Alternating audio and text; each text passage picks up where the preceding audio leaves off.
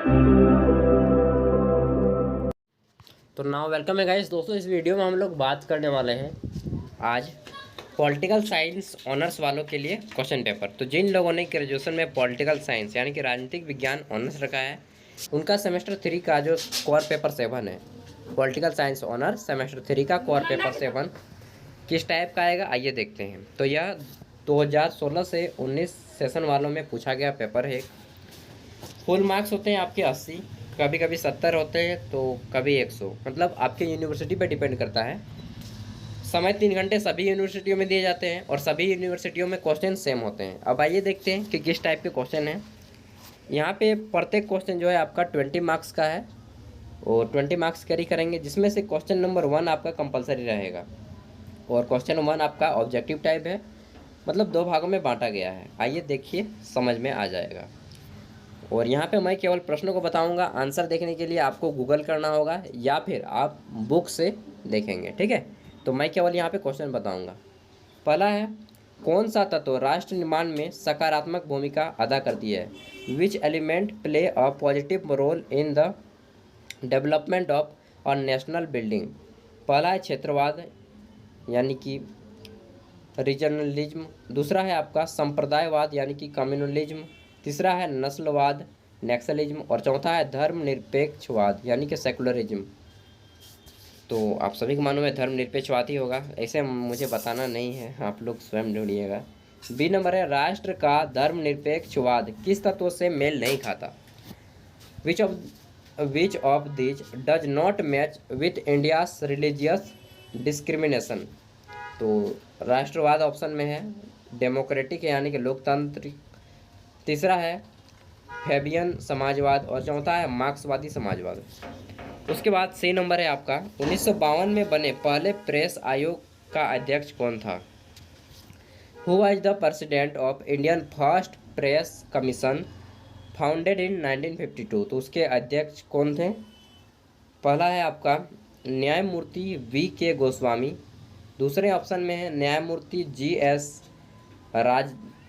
राज्याध्यक्ष, option number 3 है आपका न्यायमूर्ति ए एन रे और ऑप्शन डी है आपका, देखिए न्यायमूर्ति मतलब होता है जज, ठीक है, न्यायमूर्ति मतलब क्या होता है? जज। और चौथा ऑप्शन है न्यायमूर्ति मार्कंडे काटजू।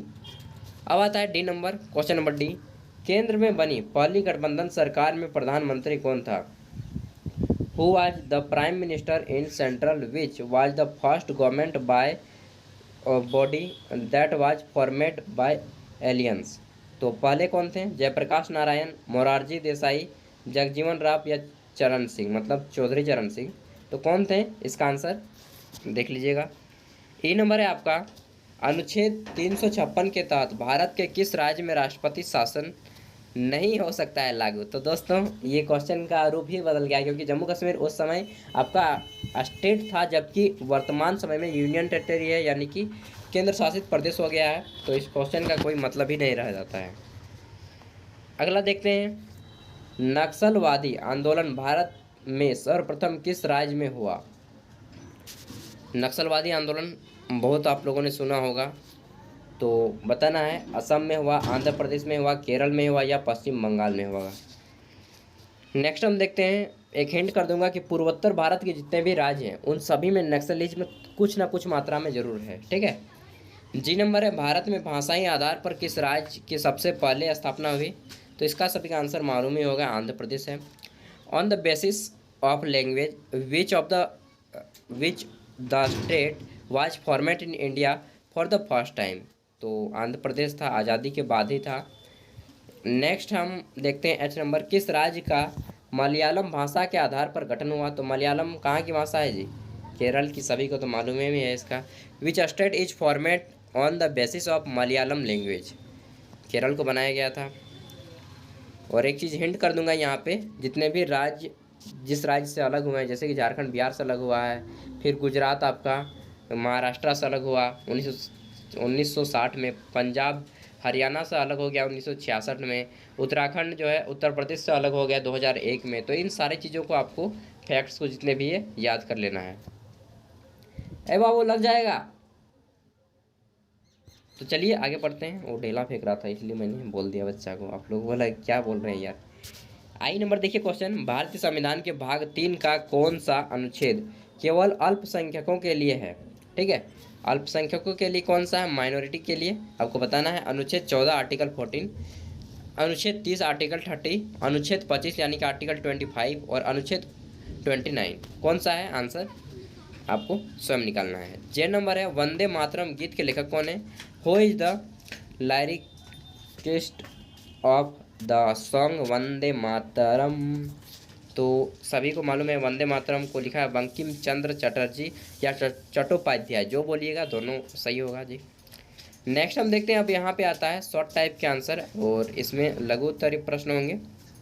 यहाँ तक हो गए हैं 10 और इसमें जो है लघु उत्तरीय प्रश्नों में आपको 2 का आंसर देना है। ठीक है, इधर हो गए हैं 10 नंबर, प्रश्न संख्या 1 के 10 ऑब्जेक्टिव और यहाँ पे 5 अंकों वाले 2 हैं, यानी कि इसमें 2 का आंसर देना है। देख लेते हैं। तो नक्सलवाद है आपका, यानी कि नक्सलिज्म है। दूसरा है आरक्षण रिजर्वेशन, क्या होता है जी बता दीजिए। ST SC OBC को आरक्षण दिया जाता है, वो सारी चीज़ें बताना है। 28% कितना परसेंट है उन सभी को भी लिख देना है। धर्मनिरपेक्षता क्या होती है? निरपेक्षवाद, सेकुलरिज्म, जैसे कि इंडिया एक सेकुलरिज्म स्टेट है, यहाँ पे किसी भी धर्म को ना प्रधानता दी जाएगी ना किसी भी धर्म को फोर्स किया जाएगा, उसके बारे में बताना है। नेक्स्ट है आपका जातिवाद यानी कि कास्टिज्म क्या होता है, वो उस बारे में बताना है। यहाँ पे अब शुरू हो जाते हैं आपके लॉन्ग आंसर टाइप के क्वेश्चन, यानी कि दीर्घ उत्तरीय प्रश्न। आइए देखते हैं ये प्रश्न किस टाइप के हैं। पहला है, राष्ट्र निर्माण क्या है? इसकी प्रकृति व अनिवार्य निहितार्थों का यार बार बार मुझे जमा ही लेने की आदत हो गई है वीडियो बनाते वक्त। राष्ट्र निर्माण का क्या अर्थ है? इसकी प्रकृति व अनिवार्य निहितार्थों का विवेचना करें। क्वेश्चन नंबर 5 है, भारत के चुनाव आयोग के गठन व उसके कार्यों का वर्णन कीजिए। इस संबंध में उनके सुधार हेतु कुछ सुझाव दीजिए। Describe the composition and functions of the election commission of India, give some suggestion for their reforms. खरगोश को घुसा दीजिए अंदर जी। तो चलिए आगे देखते हैं क्वेश्चन। हमारा छठा क्वेश्चन है कि प्रेस की स्वतंत्रता का क्या अर्थ है? उसकी भूमिका व सीमाओं का विवेचना करें। What is mean by the freedom of press, discuss its role and limitation. इसकी कौन कौन से लिमिटेशन है वो भी बताना है।